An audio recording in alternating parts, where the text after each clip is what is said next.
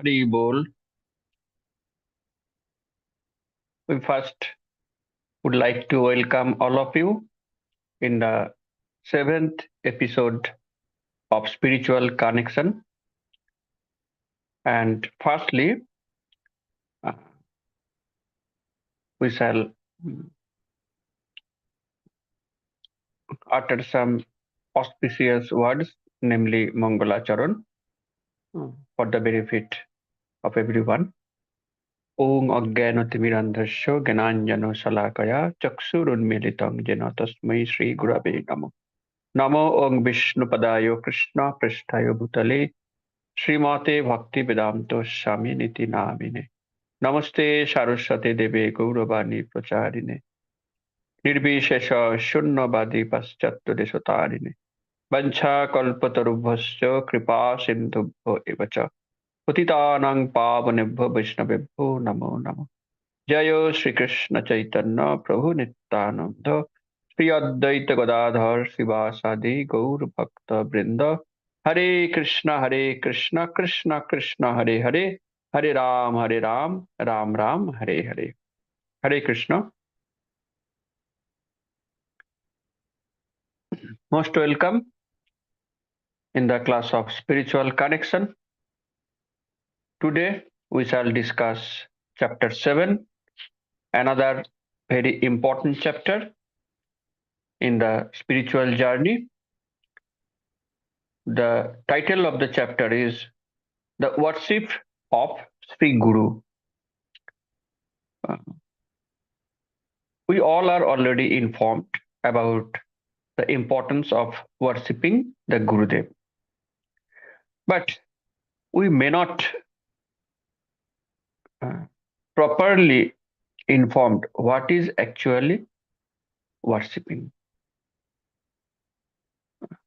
what is actual worship, what is not actual worship, what is idol worship, what is hero worship. So there are several kinds of worship: real worship, idol worship, two different kinds. We have to alert. We have to uh, gather sufficient knowledge about all kinds of worshipping. If we do not alert about the various kinds of worshipping, then how shall I choose the real worshipping? We may have uh, done some uh, done some faults due to our ignorance about the process of worshipping. So, if we want to proper worship Guru and Krishna properly, then we have to have the adequate knowledge about the real worshipping, different kinds of worshipping, and the result of different kind of worshipping. So let's start today's class, the worship of Guru. This chapter started with the example of Ekolabha. Being Indian person, we all have already heard about Ekolabha.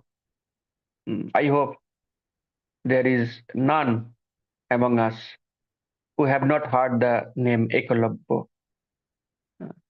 We all are already informed. Ekolabha is very famous in Mahabharata, in Puran.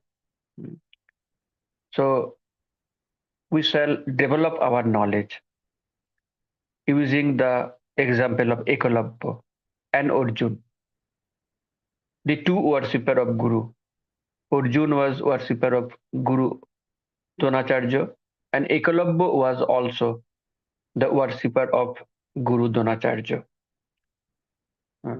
But we shall consider today, we shall uh, analytically discuss today where the two worshippers, Arjun and Ekalabha, on the same level uh, had their attitude the same, or there were some differences in their attitude, in their dedication, in their respect. This is very important in our spiritual journey also. So we shall discuss uh, very explicitly about these two important characters, Ekalabya and Arjun. The author started the chapter with a description where Pandavas, they went in a forest for some activity, and they had a pet dog with them. And the pet dog, uh, it barked loudly, very loudly. The dog was barking, and nearby there was Ekalabya. He was continuing his practice. When the dog was barking very loudly, and it became unbearable disturbance to him, the barking of the dog. Actually, it is when uh, dog barks, uh, the disturbance is very much annoying to me also. I am facing the problem every day. So Ekalabya was also like me. He was facing the problem. His concentration was broken due to the barking of the dog. So Ekalabya decided to stop the barking of the dog, but not to kill the dog. Hmm. Without killing the dog, how his barking could be stopped? We cannot, but Ekalabya could due to his expertism in archery, in the science of archery. What Ekalabya did was uh, he used his uh, science of archery, and some arrows, 7 arrows, pierced the mouth of the dog. The, the arrows pierced the mouth of the dog with meticulous precision, with wonderful precision, and with lightning speed, because it is a very tough job. A dog is moving, a dog is barking from a distance, to pierce the mouth of a dog such that he could not bark at all without killing the dog. So Ekalabya threw several uh,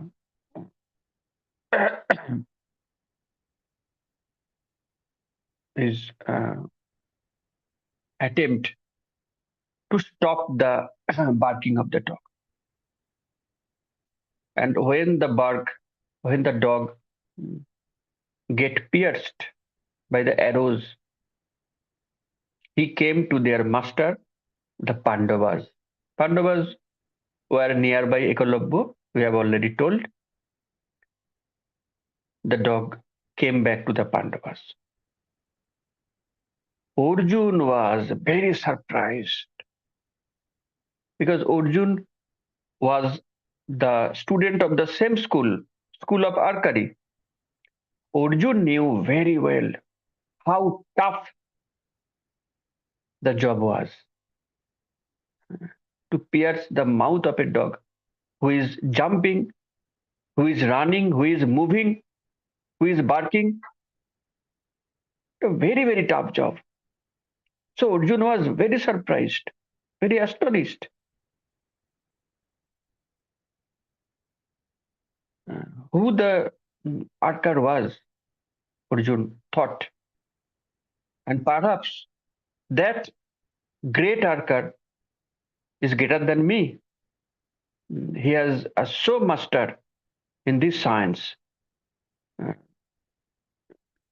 Arjun thought perhaps that person uh, he learned the subject more than me.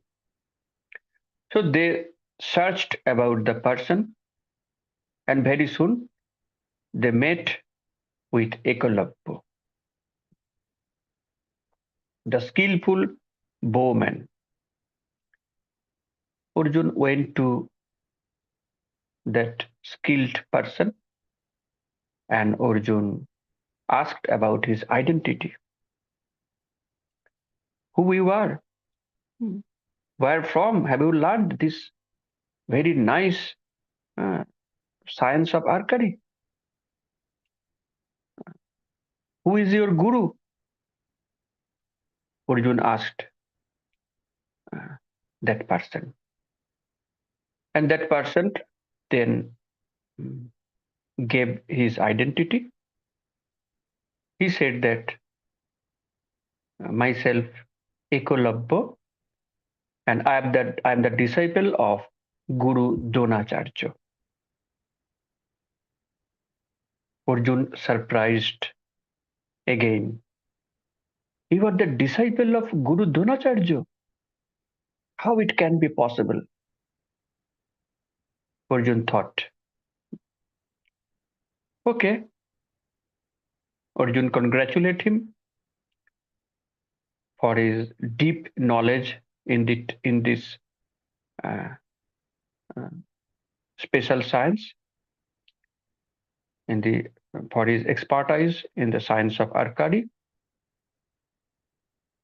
And Arjun, along with his brothers, returned back to their palace and went to Dronacharya and informed everything what happened with them to their Gurudev Dronacharya. And Arjun asked a question to Dronacharya. My dear Gurudev, you have promised me that you will make me the greatest archer in the world. Dronacharya clearly uh, memorized his promise. He said, yes, my boy, I promised it. And you were the greatest archer in the world at present. So I kept my promise. But Arjun said, no, Gurudev, I do not the greatest one. Perhaps the greatest archer in the world is Ekolabbo. Already Arjun informed the whole phenomena, what happened in front of them, what happened with the dog, barking dog. And Arjun also informed that Ekolabbo, uh, he is claiming that you are the teacher, you are the Gurudev of Ekolabbo. So you taught Ekolabbo and you taught me, but Ekolabbo uh, is perhaps better than me. Dronacharya recalled about the Ekolabbo's uh, prayer to him. Ekolabbo once came to Dronacharya and he prayed that please accept as your disciple. I want to learn the science of archery, and you are the greatest teacher in that subject in the whole world. So please accept me as your most obedient student and please make me learn the subject. Nicolabo came and Nicolabo prayed like that. But Dronacharya, uh, he asked some question to Ekolabbo about his family, about his attitude. Dronacharya considered everything and Dronacharya refused Ekolabya because Dronacharya was supposed to the teacher of the royal family, the prince who will rule the world in future on the basis of dharma. Dronacharya was supposed to the teacher of the royal school of military, and Ekolabya, he was not from any royal family. So, considering many aspects, Dronacharya clearly refused Ekolabya about his prayer. Then what Ekolabya did, we all know the fact. Ekolabya came back to his forest and Ekolabya made an idol of Dronacharya. He worshipped that idol very faithfully, very respectfully, and sitting near the idol, taking the idol as his guru, Ekolabya started the process of learning the science of archery. And Ekolabya was very sincere as a student. He labored very hard and he worshipped the idol of Dronacharya every day. And the ambition of Ekolabya was he would be one day the greatest archer of the world. It was his ambition. For fulfilling that ambition, Ekolabya went to Hastinapur.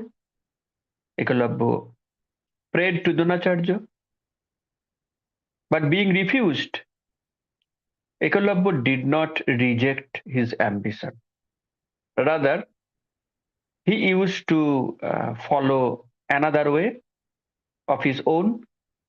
He made the idol of Dronacharya and he continued his learning the science of archery in front of the idol of the Dronacharya, as if that idol uh, he was teaching the science to the Ekolabya. So in this way, Ekolabya became a very, very great archer.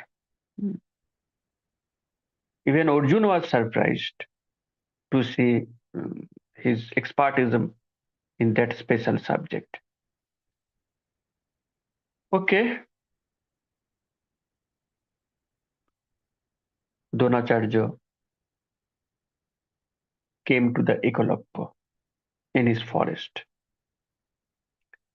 Seeing Dronacharya in front of him, Ekolabya respected him very much. Dronacharya asked Ekolabya, my dear son, should you not give your Guru Dakshina to me? You have made uh, an idol of myself and you have learned all about the science.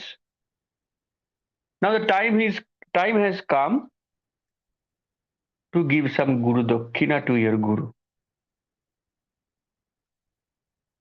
Ekolabya agreed.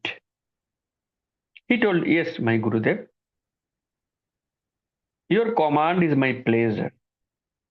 Whatever he will order me, I am ready to give that to a lotus feet as my Guru Dakshina. Then Dronacharya replied, give me your right thumb to me.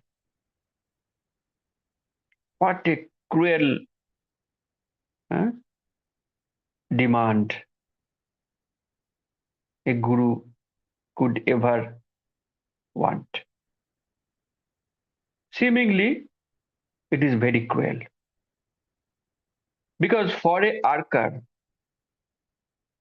who was supposed to be the best archer in the world, if his right thumb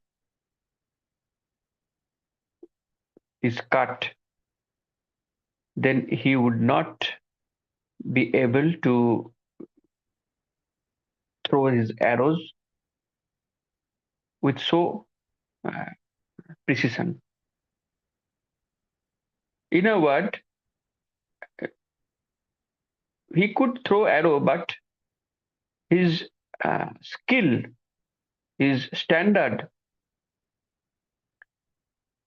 it would not be same as before. So his dream as the his dream to be the best archer in the world, it will be not uh, possible if his right thumb was cut. But Gurudev personally was present there, and he wanted his right thumb. So without hesitation, without any thinking, Ekolabha decided to give the Guru Dakshina.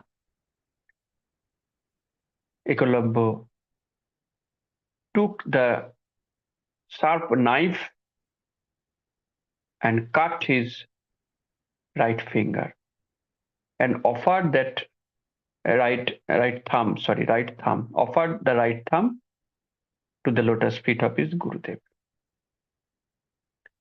The chapter was closed there, but our thinking is not closed. Okay, this small chapter, it has created a lot of dispute. Lot of dispute. Who was right and who was wrong? Hmm? Was Dronacharya right for demanding a so cruel Guru Dakshina?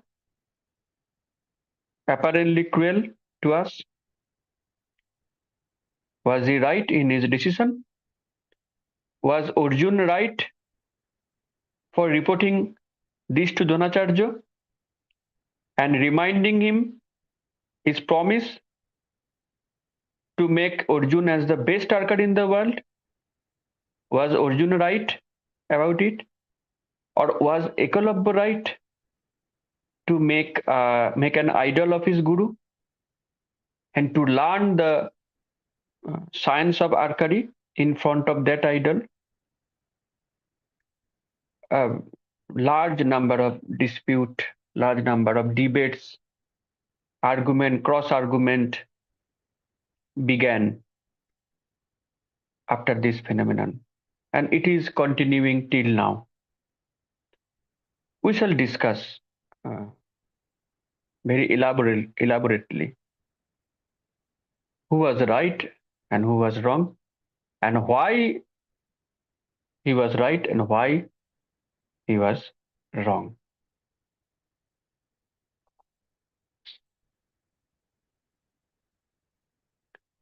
The author started the chapter with verse 3.24.12 of Srimad Bhagavatam, third canto.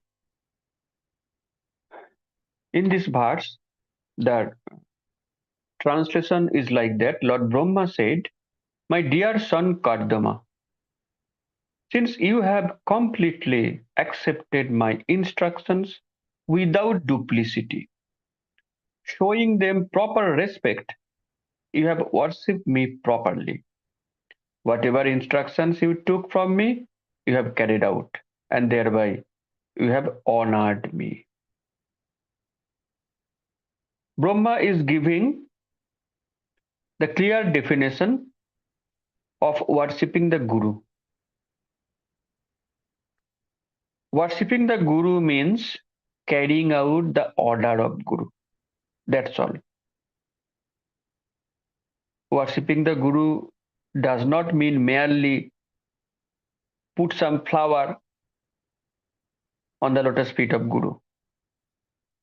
Worshipping of Guru does not mean merely uh, singing the kirtan Sri Guru Charana Padma and offering some lamb and etc.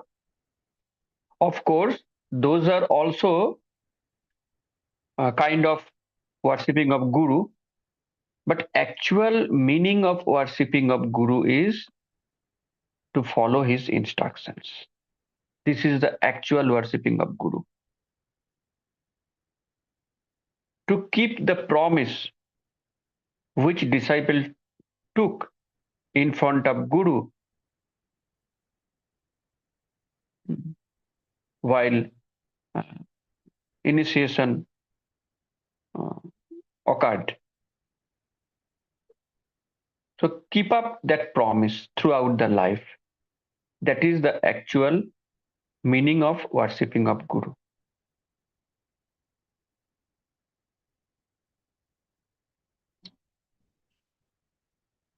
Considering from that angle of view, was Ekalabya a real disciple or he was a duplicate disciple? Who will answer it? Please raise your hand. What is your idea about Ekalabya? Shrevasi, unmute yourself. Hare Krishna Prabhuji, please accept my humble obeisances.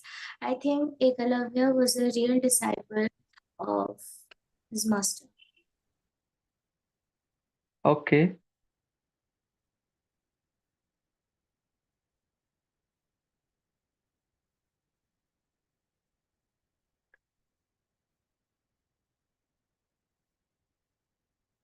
What is your idea? Shrevasi already responded, but what is your idea? Raise your hand. Because it is very important to know the idea of everyone, to share it. Drujati Prabhu, what is your idea? Ekalabya, he like his guru, and whatever his guru say, he cut his finger and he is Atma Samarpan. He is his guru. So, was he an ideal disciple? No, he is ideal disciple. Okay. Thank you, Prabhu. So, Drujati Prabhu informed his consideration about Ekalabya. Now, Tulsi Mataji, please unmute. Hare Krishna Prabhuji, Dandavat Pranam. No. Please be fixed fast. Don't run here and there. Pranam Prabhuji. Be seated. I'm sorry for this, Prabhuji. I think Ekalabya is a real disciple because he not get any hesitation to obey his guru's order, and he cuts her finger and give it his Guru Dakshina, like his Guru Dakshina. So I think that he's a real disciple. Okay, thank you. Thank you. Santosh Prabhu, what is your opinion? Please unmute. Dandavat Pranam, Prabhuji. One must obey the orders of Guru. So Ekalabya is right. Okay.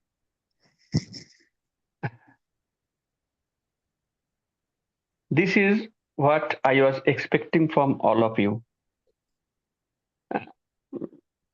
Many of you already responded and many of you don't, but I know it.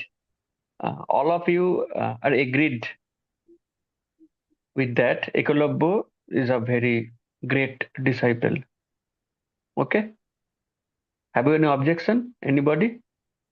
then please inform. So it is the unanimous decision of the class about the greatness as a disciple of the Ekolabya. But the fact is not so. Okay, fact is not so. Ekolabya had a very selfish ambition. He had no devotion, but a material ambition. I shall be the greatest darker. His ambition was to be the greatest one.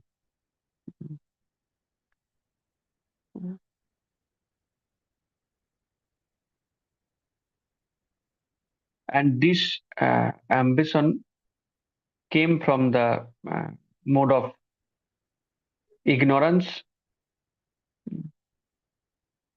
to be the greatest one, and mode of passion also. All of you said that Ekolabya was a very genuine disciple because he has carried out the order of Guru. But perhaps you have not considered. His Gurudev ordered, his Gurudev gave two orders. First one was, I will not teach you the science of archery. Did Ekolabya agreed with that? Did Ekolabya carried out that first order? Actually, Dronacharya wanted to tell him not to learn this science. Okay. For some reason, there must be some reason, but for some reason, Dronacharya refused him, means Dronacharya don't wanted him to learn this science. Did Ekolabya agreed with that order? What do you think? Achyuta Prayasi Mataji? Did Ekolabya agreed? Hare Krishna Prabhuji, Dhanavad Pranam. No, Prabhuji, he didn't agree, and he also tried to do that act of science of archery without the permission of his Gurudev. That was wrong. Did he took any permission of making idol of Gurudev? No, Prabhuji. He didn't.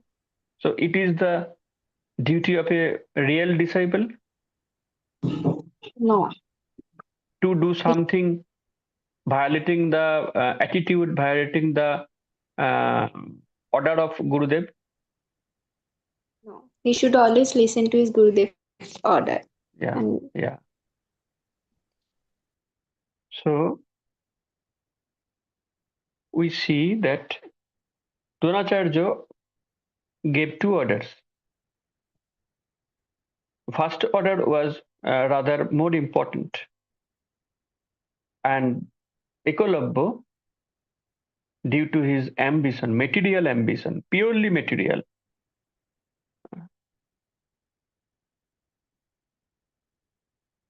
he dared to clearly reject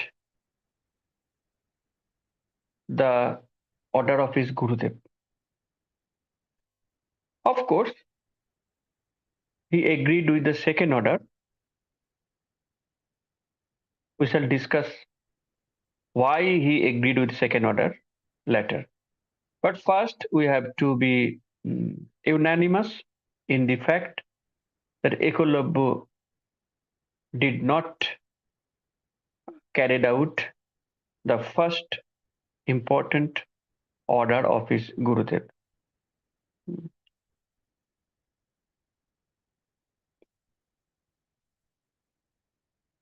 Actually, Ekolabya, which he did, he wanted to use the Guru to satisfy his own senses. His senses were demanding Ekalavya to be the greatest archer in the world. And to satisfy his senses, Ekalavya used his Gurudev. He had no devotion to Gurudev. He had no respect to Gurudev. If he had so, he would accept the instruction.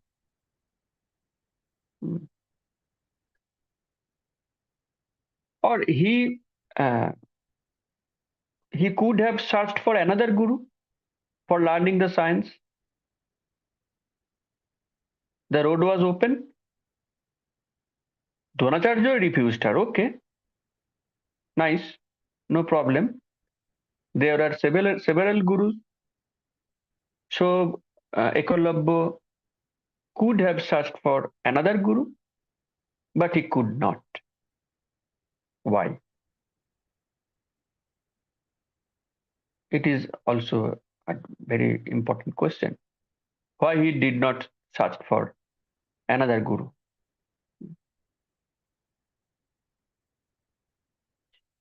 This is for a perverted mentality to have a very famous guru, very opulent guru. Dronacharya was so famous in the world.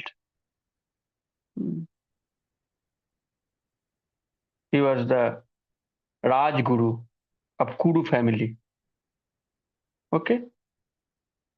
Of course, there were another guru, but those gurus, they were not so famous, so opulent like Dronacharya. They were not so charismatic also.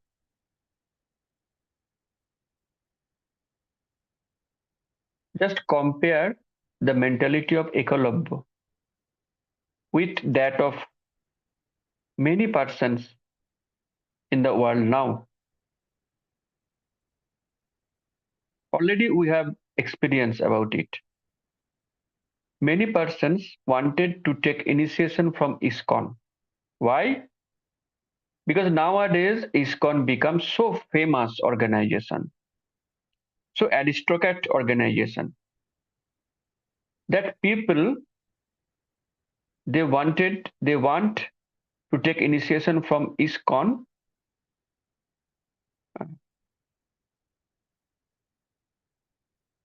because if they become connected with ISKCON, they will have the same fame, same charisma, same opulence with that of other ISKCON devotee. So the fame of ISKCON, the opulence of ISKCON, it attracted many persons. And they are coming. Number of people are coming to us. Prabhuji, please arrange for my initiation. I want to be initiated from ISKCON Guru. Many of them have not sufficient faith about our path of spiritualism. Many of them have not sufficient respect about Vaishnav Parampara, about 4 regulative principles. But still they want to take initiation from ISKCON due to the fame of ISKCON.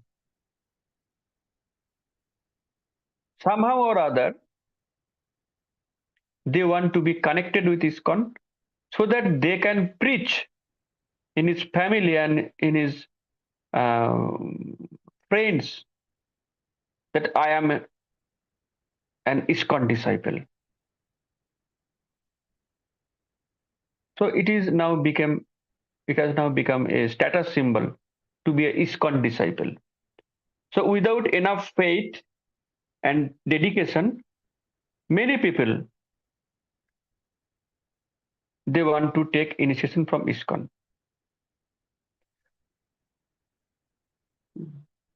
But I am not saying that every person are like that. Also, there are some serious devotees who wanted to take initiation and who is very dedicated to ISKCON and Prabhupada. So both examples are there. Ekolabya belongs to the category who have not enough faith, but still they wanted to take initiation, to take teaching, to become famous. So this mentality is not proper, not genuine.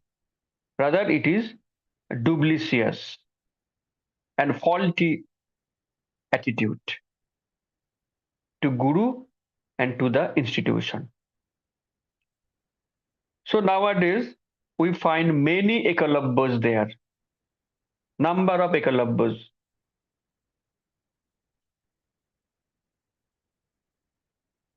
Who are seeking for initiation from ISKCON Guru. Ekolabya did not care about his spiritual progress. He had no idea about dharma. He just wanted to be the greatest in the world. That's all.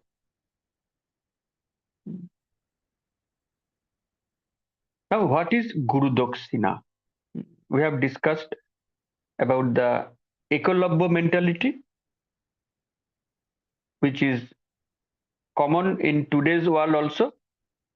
We have to identify the person with Ekolabya mentality. Because we are preaching, so we should identify the persons with Ekolabya mentality. Now we shall discuss about Guru Dakshina. What is Guru Dakshina and which Guru Dakshina Ekolabya gave? Why Dronacharya wanted that type of Guru Dakshina? Which is right, which is wrong, etc. We shall discuss about it. And you may put your opinion by raising your hand. We shall hear about your opinion also. Because if the class is interactive, then it will be better. Okay, what is Guru Dakshina? Guru Dakshina is offering of gratitude. Offering of gratitude of the disciple or student. In return of which he achieved, which he inherited from his dear Gurudev. That is called Guru Dakshina. Ekolabya offered his right thumb as Guru Dakshina, and the right thumb is the most important limb of a archer. And as soon as he cut down his right thumb, all the mastery he had achieved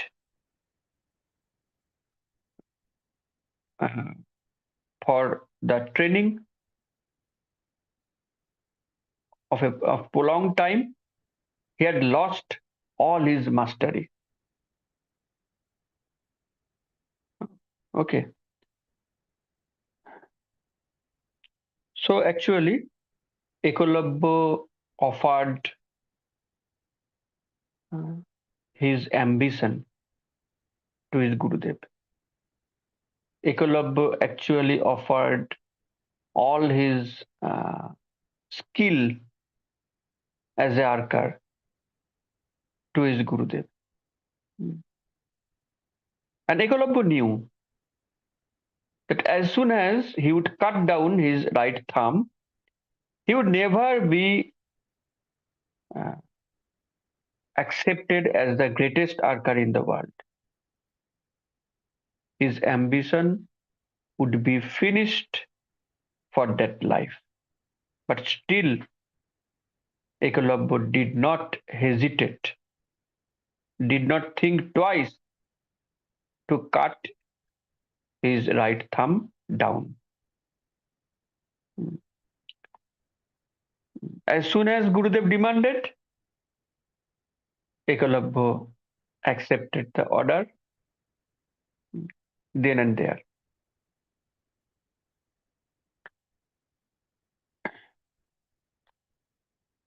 Now, if we consider Ekalavya not surrendered to his Gurudev, then why he offered his right thumb? Is it not a great symbol of surrendering? What do you think?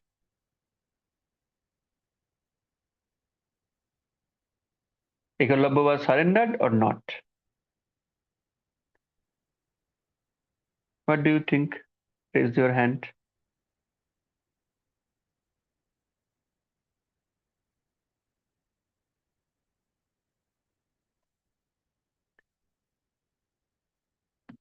If we were asked by our Gurudev to cut our right thumb, what would we do? Durjoti Prabhu? Unmute? Yes. Hare Krishna, Dandavat Pranam. Dandavat. He surrendered, so he cut his finger and give to his guru, to Guru Dakshina. So you think him as a very surrendered devotee. But we discussed earlier that he rejected his guru's first order and accepted the guru's second order. Then what is the type of surrendering? That I will reject one and I will accept another one. What kind of surrendering it is? He surrendered 50% and 50% not surrender. 50% surrender. Very well said. So now we shall discuss what Srila Bhakti Siddhanta Thakur Prabhupada told about Ekalavya.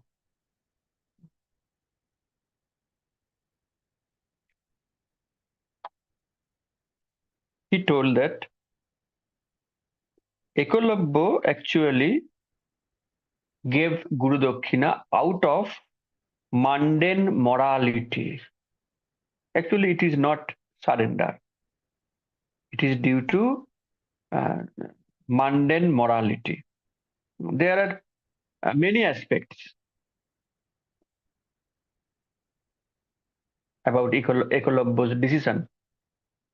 One part, he had some mundane morality. Another part, he had some fear in his mind. Fear of casting by Gurudev. And third part, to be defamed as the rejecter of Guru's each order. It was also an important cause. So we shall discuss that these three aspects now. Ekalavya knew that every Gurudev has the right to beg for Guru Dakshina. And what Gurudev demand for Guru Dakshina, it is the duty of the disciple to fulfill that demand. Ekalavya knew it very well. We all of us know it very well that it is the duty of a disciple to fulfill the demand of Gurudev. So Ekalavya, he has a moral sense. So due to the morality, he accepted the order, not with spontaneous devotion. This is very important. Ekalavya did not accepted the order due to his spontaneous devotion, but due to his mundane morality. Also, he feared the consequences of disobeying Dronacharya. We know Dronacharya was a very powerful Brahmana and a very powerful uh, guru, very powerful military general. So he has immense of power from many sides. So Eklavya feared that I have already rejected the first order. Now, if I reject the second order too, then Dronacharya may curse me, and due to he is a very perfect Brahman, so his curse may destroy all my knowledges which I acquired with hard labor. So destroying all knowledges, it is very, very matter of sorrow. But just to cut the right finger, it is acceptable. Then destroying all knowledges. If he would cut his right finger, then his knowledges would not be destroyed, and he would continue his archery, but that precious skill would not be present. So he would lost part of his skill. But if Dronacharya would curse, then he would lost every skill, every knowledge he acquired. So out of this fear, Eklavya accepted the order of Guru Dakshina. And Dronacharya was a very powerful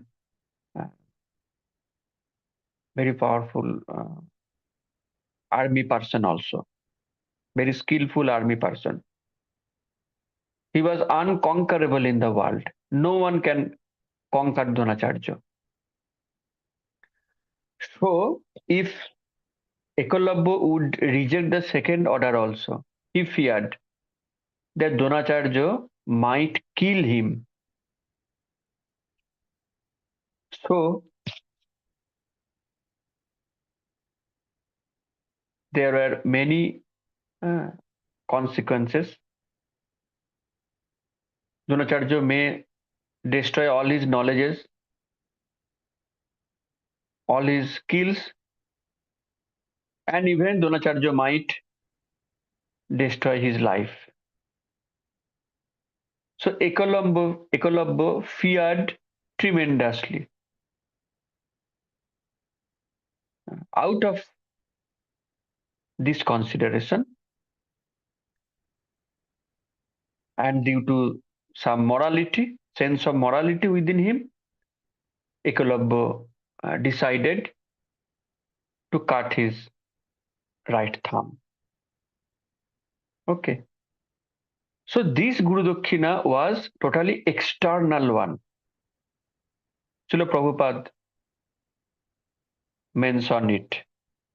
External Guru Dakshina, not an internal Guru Dakshina which came out from some spontaneous devotion and respect. Rather, it was external Guru Dakshina.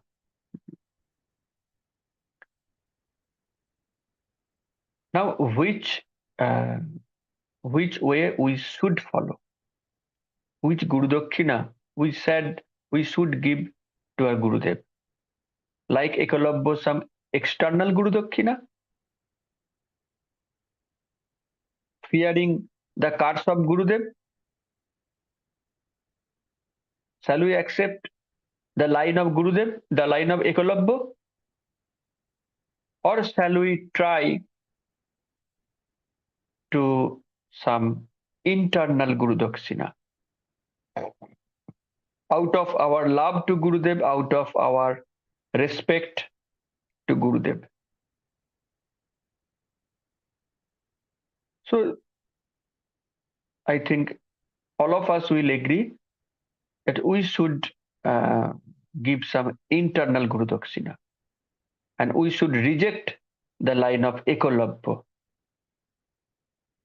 Okay? Now, what the internal Guru Dakshina is? I already mentioned that internal Guru Dakshina or Guru Puja uh, is to abide by the instruction of Gurudev. Gurudev and his instruction are non-different. So we should not try to separate Guru with his orders, with his Bani. Guru is Bani. Guru is not his body. Uh, we should not limit Gurudev to his body. Guru is a tattva. Guru is the expansion of Paramatma, and Guru is instruction. The words of Guru is the actual Guru. So we should abide by the words of the Guru. And that is the real sense of Guru Dakshina. Following 4 regulative principles throughout the life and chanting 16 good rounds throughout the life and accepting preaching activity, preach Krishna consciousness throughout the world according to our capacity. This should be the real Guru Dakshina, and I am very happy that all of you are already have accepted this line of succession. So we are trying to be good disciple of Gurudev, and that is the real Guru Dakshina. Now the author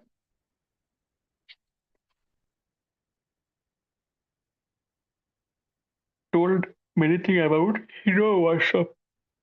Hero worship. What is hero worship or what is idol worship?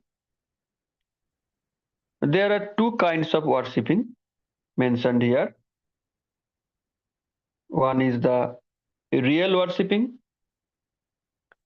worshipping the Gurudev or worshipping the order of the Gurudev,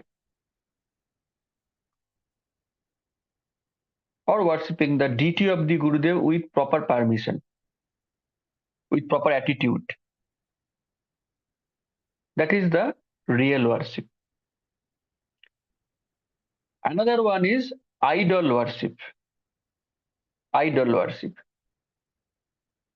Always we have to be alert about the difference between idol and deity. Idol worship means in Bengali Murti Puja, and deity worship Vigraha Aradhana. So what do we do? Do we perform idol worship or deity worship?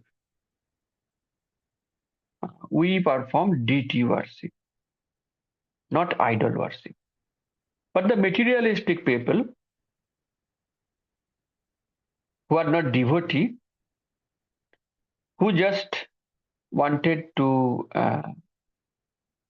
do some business with some demigod, to implement give and take policy. I am giving you Nakul Dana, and you please give me a nice car and house. Out of that mentality, some materialistic people, they are continuing idol worship. All the demigod worship are practically idol worship. Durga Puja, Lakshmi Puja, Kali Puja. Throughout the year, there are immense events of idol worship. And what are the character of the worshipper? What are the mentality of the worshipper? Attitude. We know about them. They used to bring some idol from shop and they hired some unqualified Brahmin with a very less amount of remuneration, and they used to play some Hindi song uh, in its full volume. And after the worship is over, they used to drink some red water and dance before the idol. Actually, is it actually worshipping the idol, or paying their disrespect to the idol? So, in the name of idol worshipping, these things are going on in the whole country, especially in Bengal. So, we know very well about idol worship. But our Vaishnava philosophy, it don't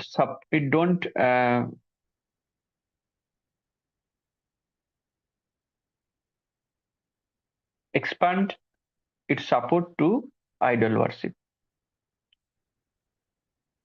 Vaishnava philosophy is linked with rather deity worship. Deity worship is totally different from idol worship. How? Because deity means God Himself.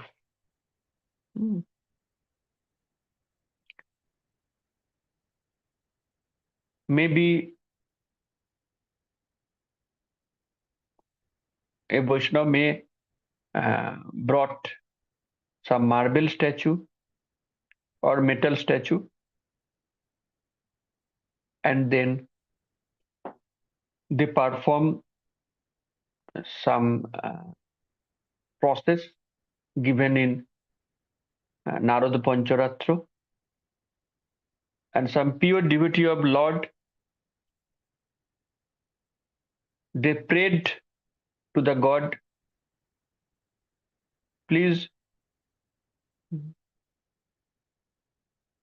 be present in this statue such that we shall worship the statue as your deity. So just for the prayer of the pure devotee, God kindly appeared within that statue. And then the statue turned into deity. Deity is not different from God. Initially, it was just a statue. But after the ceremony, after the festival, after the prayer of the pure devotees, after all the rituals, performing all the rituals given in Narad Pancharatra, that statue turned into deity, which is now expansion of Krishna. And a deity cannot be thrown away in the Ganges. Idols are generally, after worshipping, they are thrown away in some pond or some water. But deity cannot be thrown away. So deity worship is actual worship. But idol worship is not actual. What Ekalabya did he introduced idol worship without taking permission of Gurudev. He made a statue without any prayer, without any uh, prescribed rituals. He followed nothing to satisfy his senses, his ego, to be the best worker in the world, without any permission, without following any parampara. He made the deity of a famous guru, charismatic guru, Dronacharya. And he proudly declared himself to be the disciple of the famous Guru Dronacharya before Arjun. How dare he did this?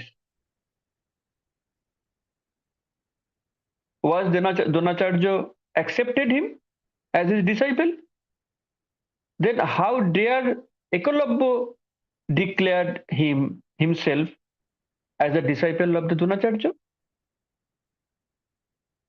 Is it not a falsely demand? So his worship was false, his respect was false, and he introduced a very bad example, a malpractice of idol worship.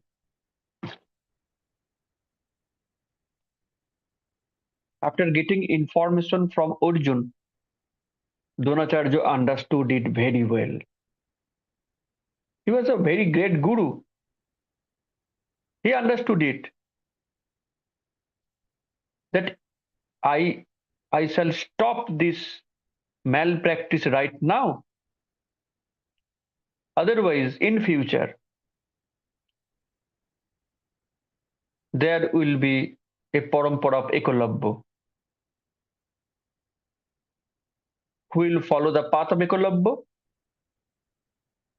who will execute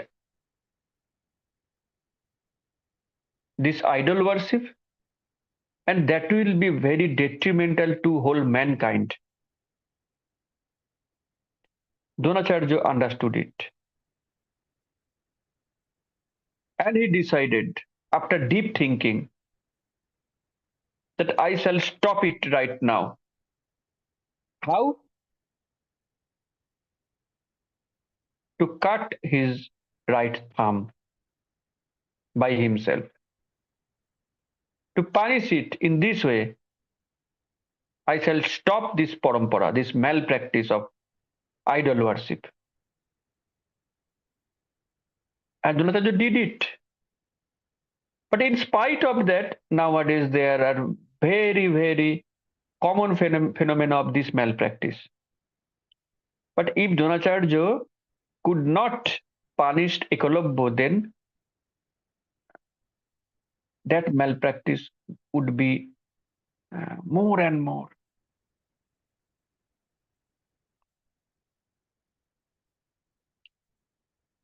However, Dronacharya tried to his best to stop the malpractice by seeking Guru Dakshina.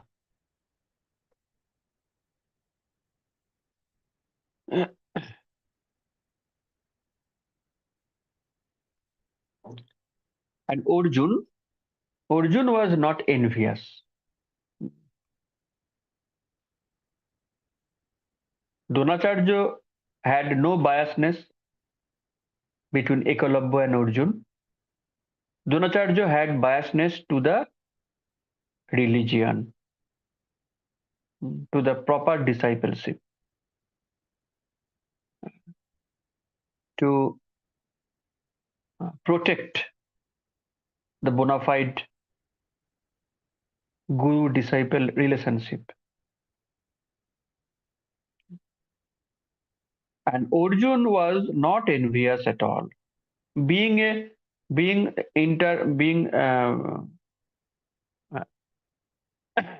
intimate associate of Krishna, Arjun cannot be envious person. Is it possible for any intimate associate of Krishna to be envious to anyone? Is it possible? No. Then why Arjun reported his Gurudev about Ekalavya? And why Arjun reminded his Gurudev about his promise to make Arjun the greatest archer in the world? Why? Many of us uh, may think that Arjun was envious to Ekalavya about his skill, and Arjun wanted his Guru to punish Ekalavya so that Arjun might be accepted as the greatest archer in the world. But actually, this is not true.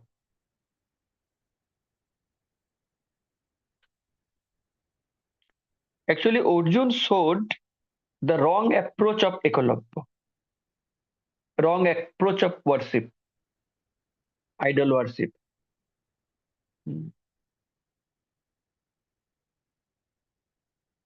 Arjun was so intelligent that he also was very much worried about this trend of idol worship.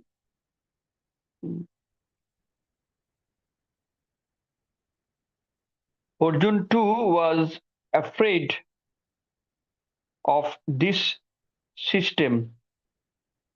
Instead of approaching a bona fide guru, if someone would approach to the idol of the guru and declare themselves as the disciples of that guru, then what would happen?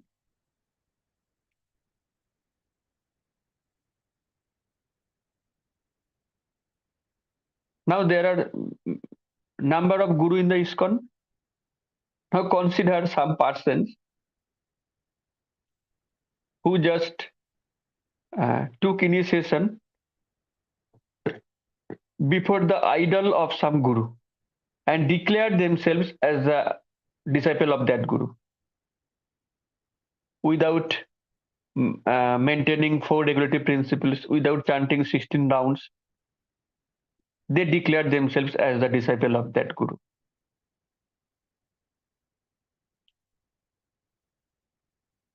Will it be very good to ISKCON? No. So this type of misleading, this type of wrong approach should be stopped at any cost. So Arjun wanted to stop the process, and Dronacharya also wanted to stop the process for the benefit of future mankind. Arjun was not very much concerned about the number one position of him.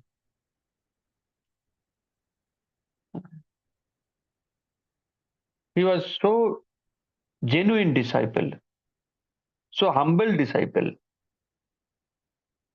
that he was not concerned about his position, but he was concerned about the danger of idol worship. So it induced Arjun actually to report to his Gurudev about Ekalavya.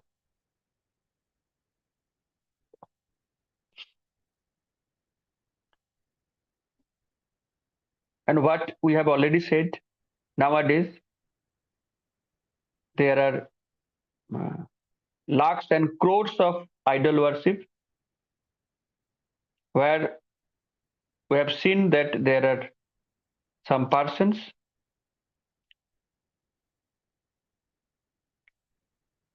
they have no pure intention of having some spiritual knowledge or strength. Rather, they have some material intention of having some mundane knowledge, mundane skills, wealth, some post, some position, some fame, and so on. And for achieving those mundane qualities, they try to follow idol worship. They may have those mundane skills by worshipping the idol of any demigod, but this is not the process of spiritual progress. They might have some material progress, but they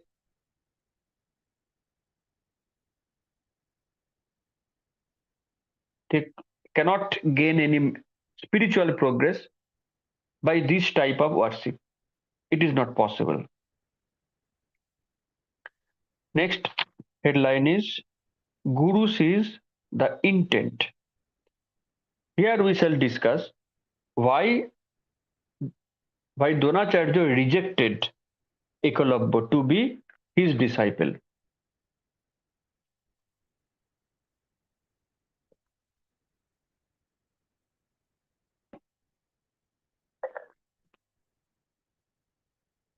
Oh, there is an important announcement. At the next Tuesday,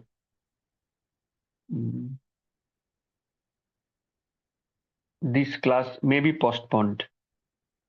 I am not sure till now, but there is some possibility like this because I will be out of station throughout the day, and I don't know whether I shall be able to be present uh, at my home in the evening or not. Okay, so please carefully follow the notice. We shall notify you whether the class will be held at the next week or not.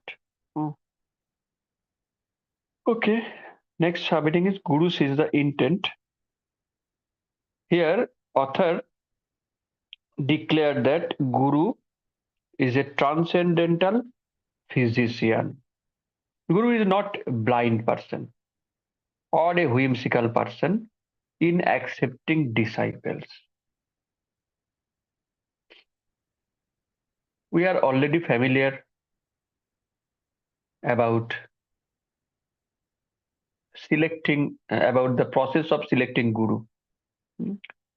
Disciple will select proper Guru for him, and Guru also select proper disciple for him. There would be selection from both sides.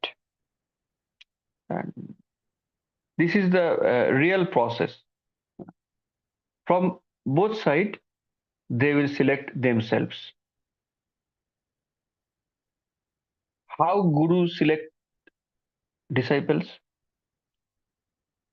Through the temples, through the preachers.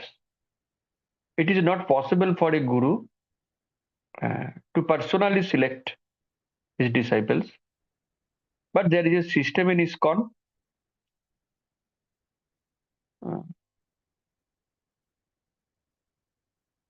Some written exam, disciple course, interviews. Through that system, disciple is examined very well. What is his mentality? What is his knowledge about Shastra? And his house is examined very examined by some devotees. His cooking kitchen room, his altar is examined, inspected by some disciples. So by inspection, by examination, by interview, a disciple is selected. This is a system by ISKCON. In that system, Guru select the disciple. And disciple also select the Guru. There are multi-Guru system in ISKCON. So Guru is disciple used to hear the lectures of different Gurus, and hearing the lectures of different Gurus, disciple choose one Guru and he decided to take initiation from that guru. Now, what happened about Ekalabya? When Ekalabya approached Dronacharya, Dronacharya firstly inquired about his family background. This is very important because a family influence a person very well. Okay. And Ekalabya, his family background is he is from Nishad. Where is it? Nishad.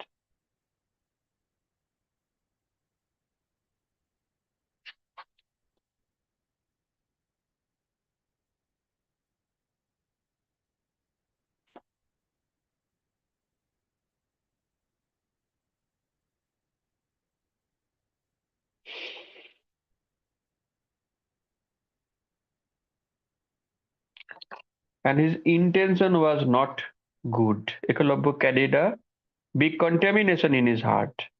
Why it is contamination? Because due to his ego, due to fulfilling his ego, Ekalabya wanted to use Dronacharya. Ekalabya wanted to use Dronacharya to fulfill his senses, to fulfill his ego, to be the greatest one. That was the contamination of Ekalabya. To exploit Guru, to use Guru, it is not the proper attitude of a disciple. So Ekalabya was improper attitude about his Gurudev.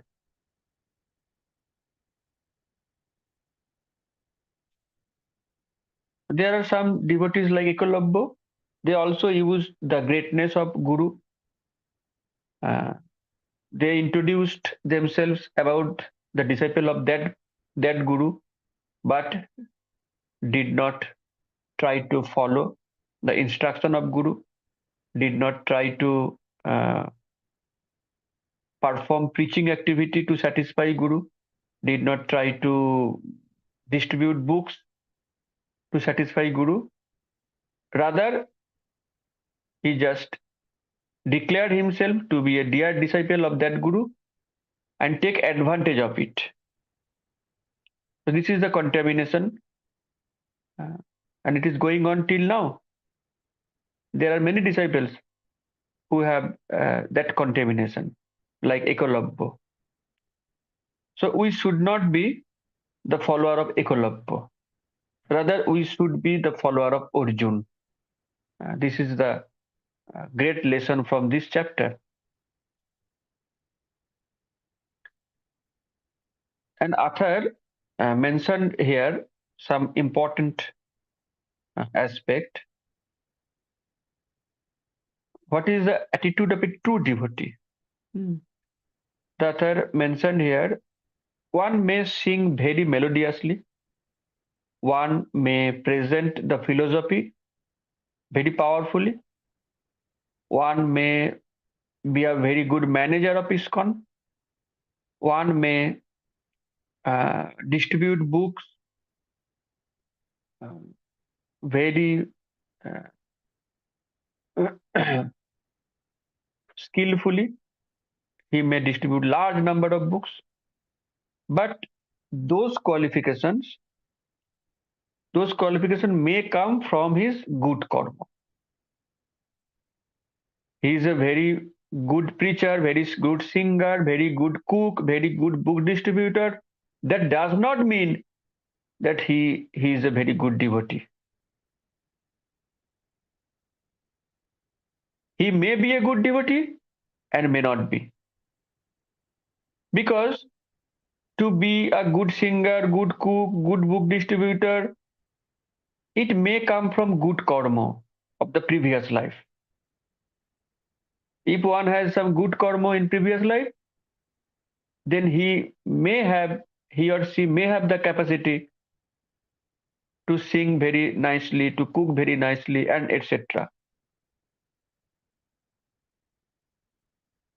So that does not mean that he is a good devotee. He may be a good devotee or may not be a good devotee. There is no 100% confirmation about his goodness. Then what is the symptom of a good devotee? Symptom of good devotee is always remain subordinate and submissive to the servant of servant of servant of Krishna. This is the actual symbol of great devotee. To remain submissive, to be surrendered to the lotus feet of Vaishnava.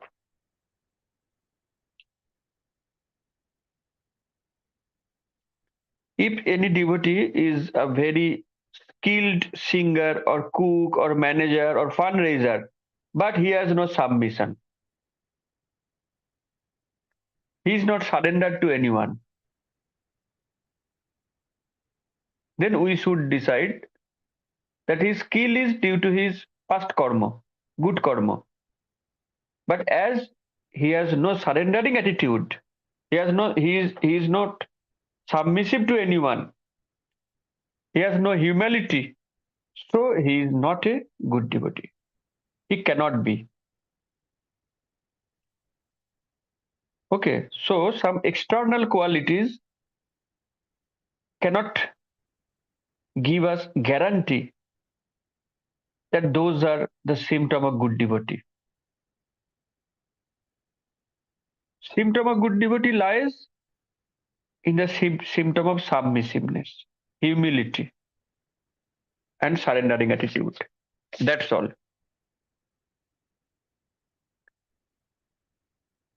Arjun had those symptoms. We know Dronacharya had a number of disciples. Beside Arjun, he had a large number of disciples. One day, all his disciples, they asked Dronacharya, why you loved Arjun so much? We are also your disciple.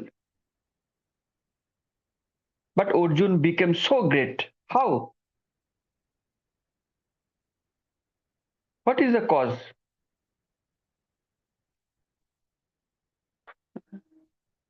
You are our teacher as much as you are the teacher of Arjun.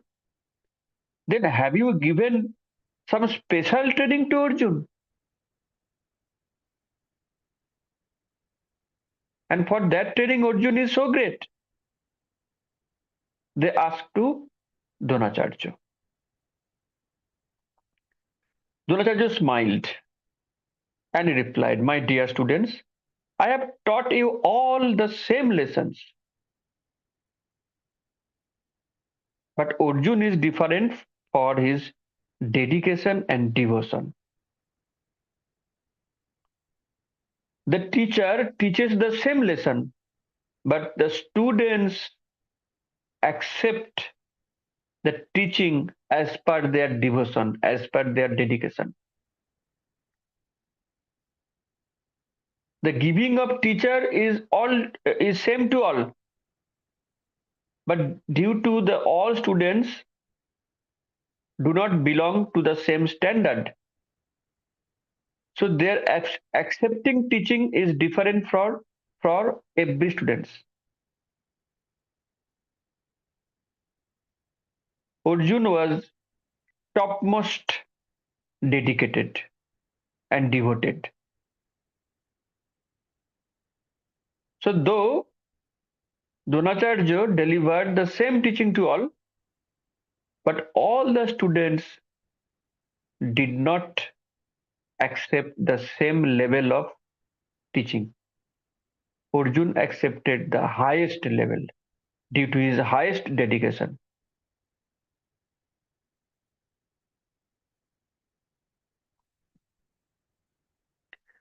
And Arjun was the greatest devotee of Krishna. Dronacharya mentioned here, Arjun and Krishna was non-different. Krishna cannot remain alive without Arjun, and Arjun cannot remain alive without Krishna. Their intimacy was so deep.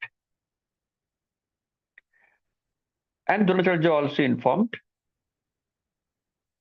that when you felt sleep, Arjun did not.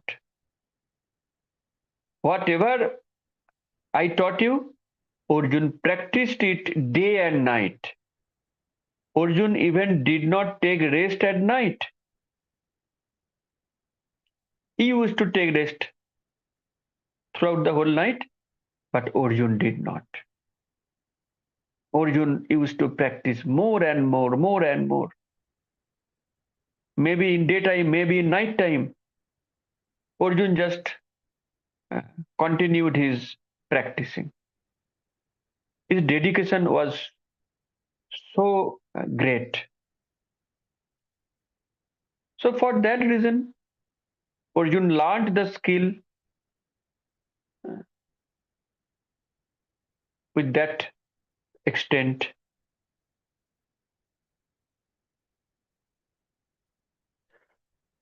So the moral is Guru is equal to all, but the disciple are not equally devoted. Very important lesson. Guru's teaching is equal, but disciples' devotion is not equal. So Guru's teachings are received in different ways by different disciples due to their individual level of consciousness. The same thing is given, but it is received differently. Very important. Same thing is given, but different disciple received it differently, as their standard was different, and their attitude was also different. Now we shall consider ourselves. Srila Prabhupada gave many instructions. Our Gurudev, all gurus, they used to give many instructions. But every disciple did not receive receives all the instructions with same devotion, same seriousness, and same dedication, because they are not of same standard. We all are chanting the same Hare Krishna Mahamantra. We all are reading the same books, Gita and Srimad Bhagavatam, etc. We all are accepting the four regulative principles, worshipping the same deities, but not in the same level of advancement, spiritual strength, and faith in Krishna consciousness. The reason is in our attitude. Our attitude is different. For that reason, though all of us chanting 16 rounds, accepting four regulative principles, reading books, but not in same standard.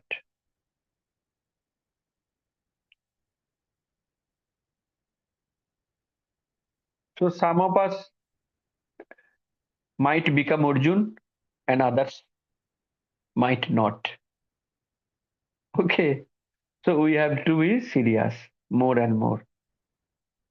We have to be dedicated more and more. We have to follow Arjun, not Ekalavya.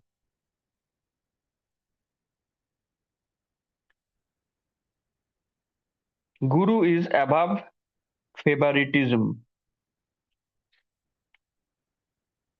Actually, we are finding all the answers of our questions about Ekalavya. Many of us might think that Dronacharya, he was biased to Arjun than Ekalavya. But actually, Dronacharya his mind was so broad that he could not be biased. Here is the example of King Drupada.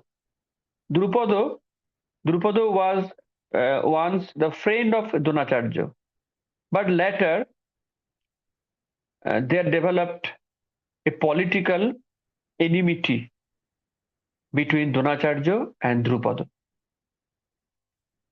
And their political enmity was so great that Drupada arranged for a great sacrifice, yagya, to kill Dronacharya. And for that sacrifice, Drupada, he received a son, Drishtadumna. And Drishtadumna was born just to kill Dronacharya. Everyone knew about it. Drupada received the son Drishtadumna by his sacrifice just to kill Dronacharya. And Drupada sent his son Drishtadumna to Dronacharya for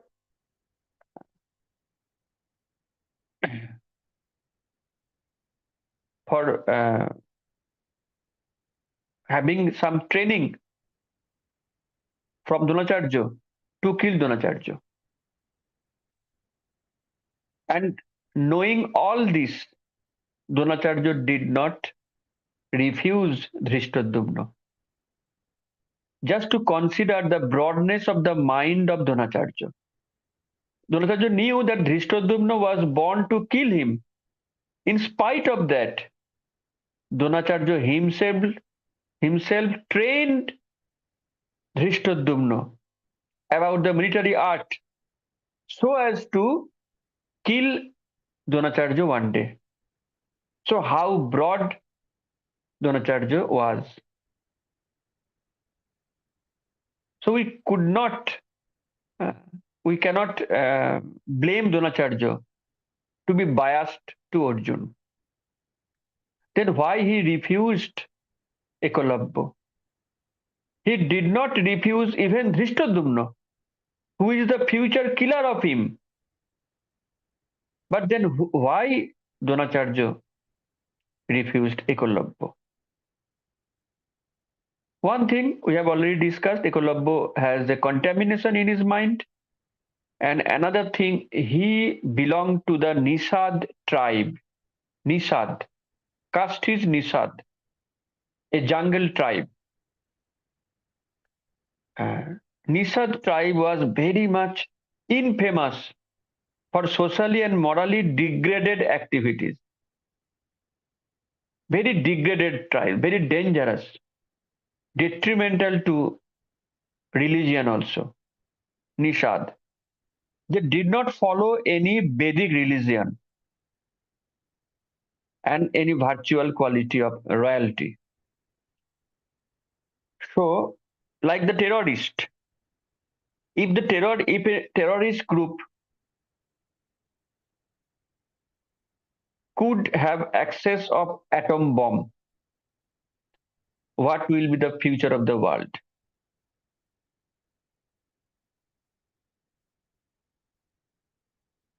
So the training of Dronacharya is like to get access of atom bomb, Brahmastra. Nishad Jati, they were like terrorists. And Ekalavya is the head of the terrorist, like Osama bin Laden. So if Ekalavya could get access of the atom bomb, if Osama bin Laden could get access of the atom bomb, then what would be the future of the world? Thinking this, Dronacharya thought that Ekalavya would not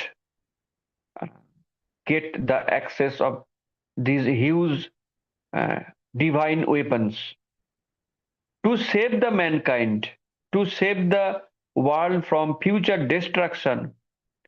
Dronacharya refused Ekalavya from this army training.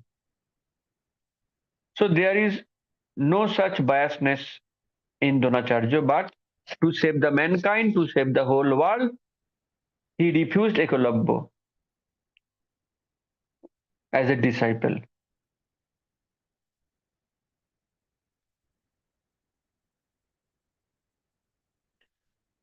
Now, Guru Bhakti. What is Guru Bhakti? Guru Bhakti is internal desire to be loyal to Gurudev.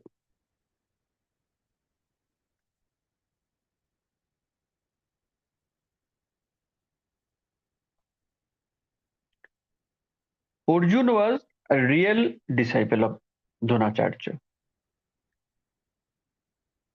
because Arjuna reported against Ekalavya to Dronacharya, taking the risk, future risk, that in future many persons might accuse Arjuna to be a narrow-hearted person. Many persons might blame Arjuna that to remain the greatest archer in the world, Arjuna used Dronacharya to punish Ekalavya.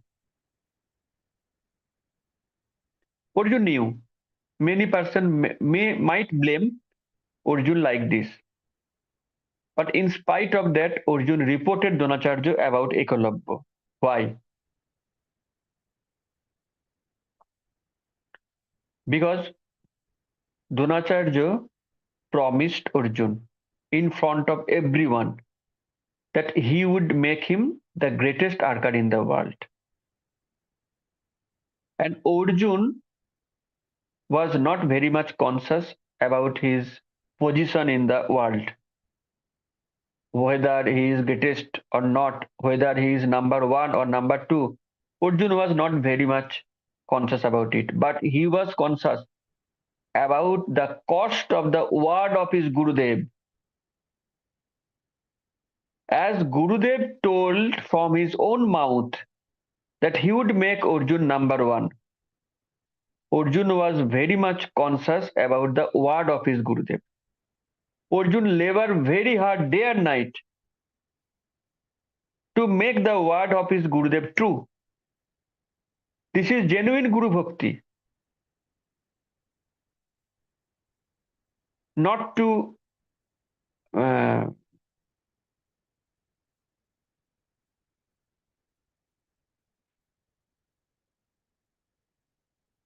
Arjuna did not want to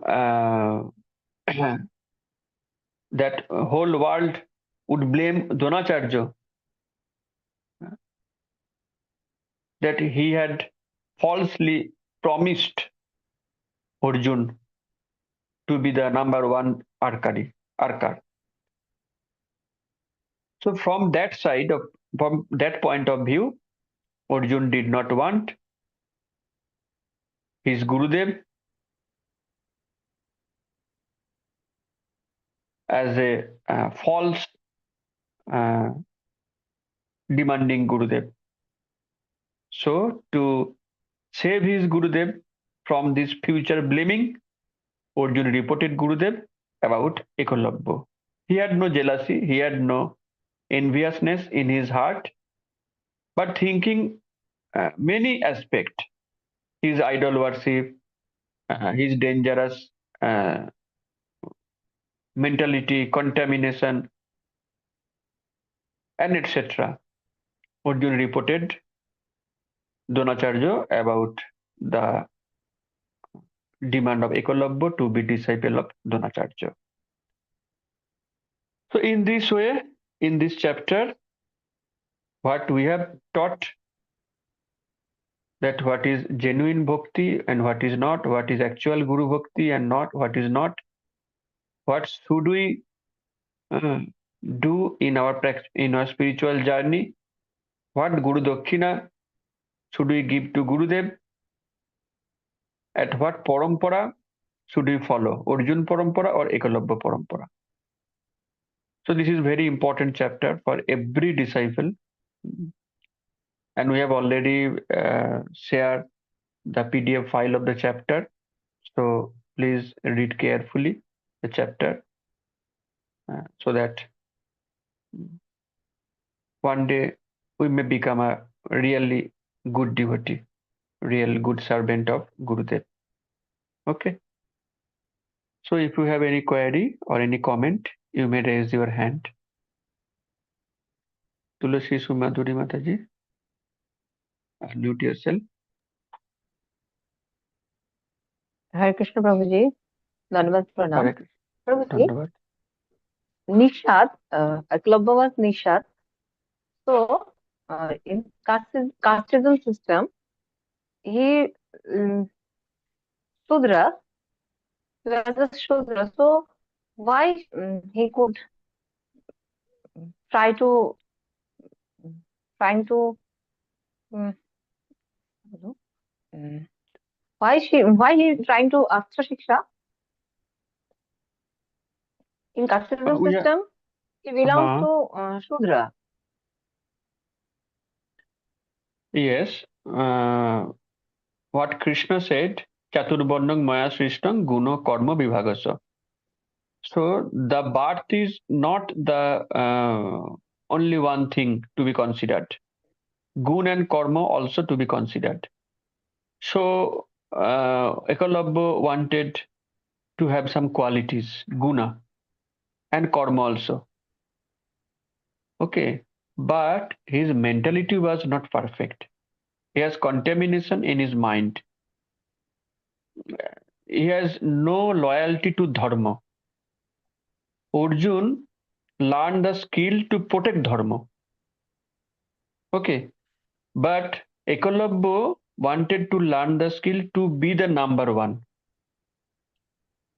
There was no propensity to protect dharma, to rule the world so that the innocent people may be saved.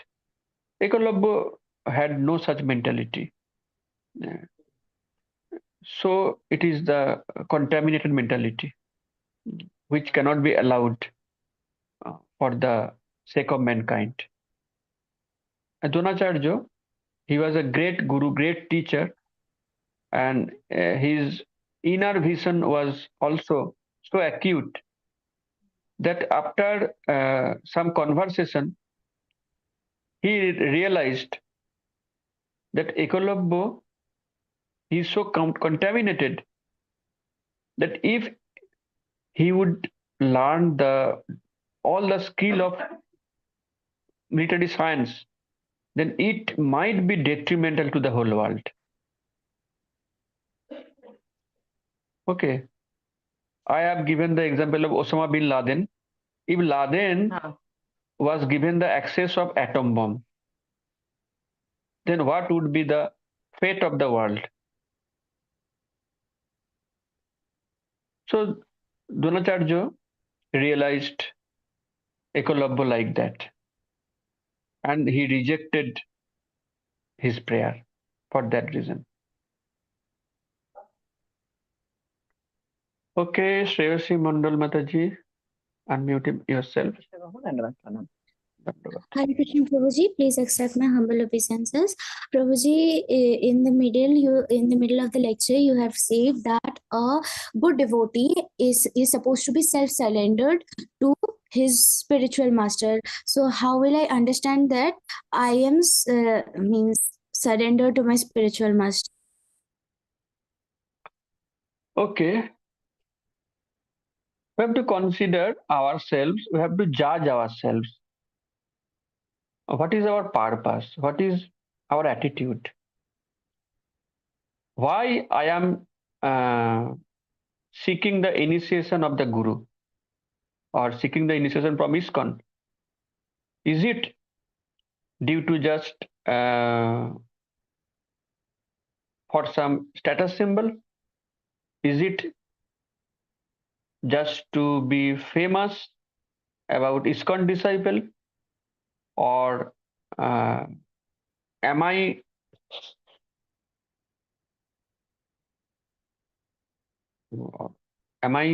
wanted to use the fame of my Gurudev? I have to judge the mentality of my own. For what reason I have come to ISKCON? I am wanting initiation from ISKCON. I know my mind very well, so I have to consider my mentality. Okay, so examining myself, I will very clearly decide about the genuinity of my attitude. If it is genuine, if I really want to progress in spiritual journey, if I really respect Gurudev and Prabhupada, then it is okay. And if there is some duplicity, ingenuinity, then I have to be careful. I should not allow myself to be a duplicate disciple. And Krishna will never be satisfied with this type of duplicity. So if there is some duplicity, I have to change it. I have to discuss with my teacher, and he will help me for getting rid of that duplicate mentality. Okay. So, Shreyoshi. Hare Krishna Prabhuji, sorry for raising my hand once again. Prabhuji, in my Bengali book, there is a poem written in which it is being highlighted that how Dronacharya had means to highlight that Arjuna is the best archer in the world, has cut off the fingers of Ekalavya, and this is in our final term semester. So I am forced to read that. So am I committing any offense by reading? No, actually, this is the problem of the country now. The syllabus is so introduced that Ramayana Mahabharata is merely the mythology. Ramchandra and Krishna, they are just the hero of the story. We know the books are written by some ignorant person, but just to score some number, we have to write some false thing in our answer script. So it is not very much offense. Okay. Otherwise, you will get failed in exam. So for passing out the exam, we might write some nonsense thing also. But after the exam is over, we should seek forgiveness to Krishna and pray to Krishna so that he will apologize us. And Krishna definitely will apologize us. Because this is the system. What should we do? We have to pass out the exam. And for passing out, we have to write the answer which have written in our textbook. Okay. So we shall now finish the class by Vaishnav Bandhana. Pancha kalpatarubhasya kripa sindubha evacha potitanang pavanebha Vaishnavebho namo namo. Ananta Koti Vaishnav Vrinda ki jai. Srila Prabhupada